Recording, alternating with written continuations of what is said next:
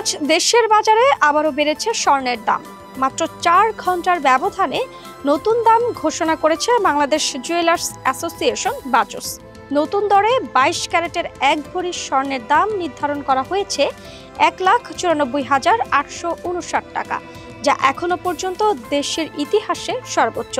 এর আগে 22 সেপ্টেম্বর ভরিতে দাম ছিল 1,91,196 টাকা। শুধু স্বর্ণই নয়, বেড়েছে রূপার দামও। 22 ক্যারেটের 1 ভরি রূপার দাম নির্ধারণ করা হয়েছে 3,628 টাকা।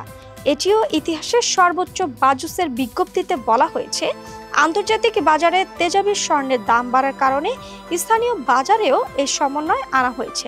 এ নিয়ে চলতি বছরের মোট 57 বার সমন্বয় হলো স্বর্ণের দামের, যার মধ্যে 40 বার বেড়েছে আর কমেছে মাত্র 17 বার। নতুন এই দাম কার্যকর হবে বুধবার থেকে।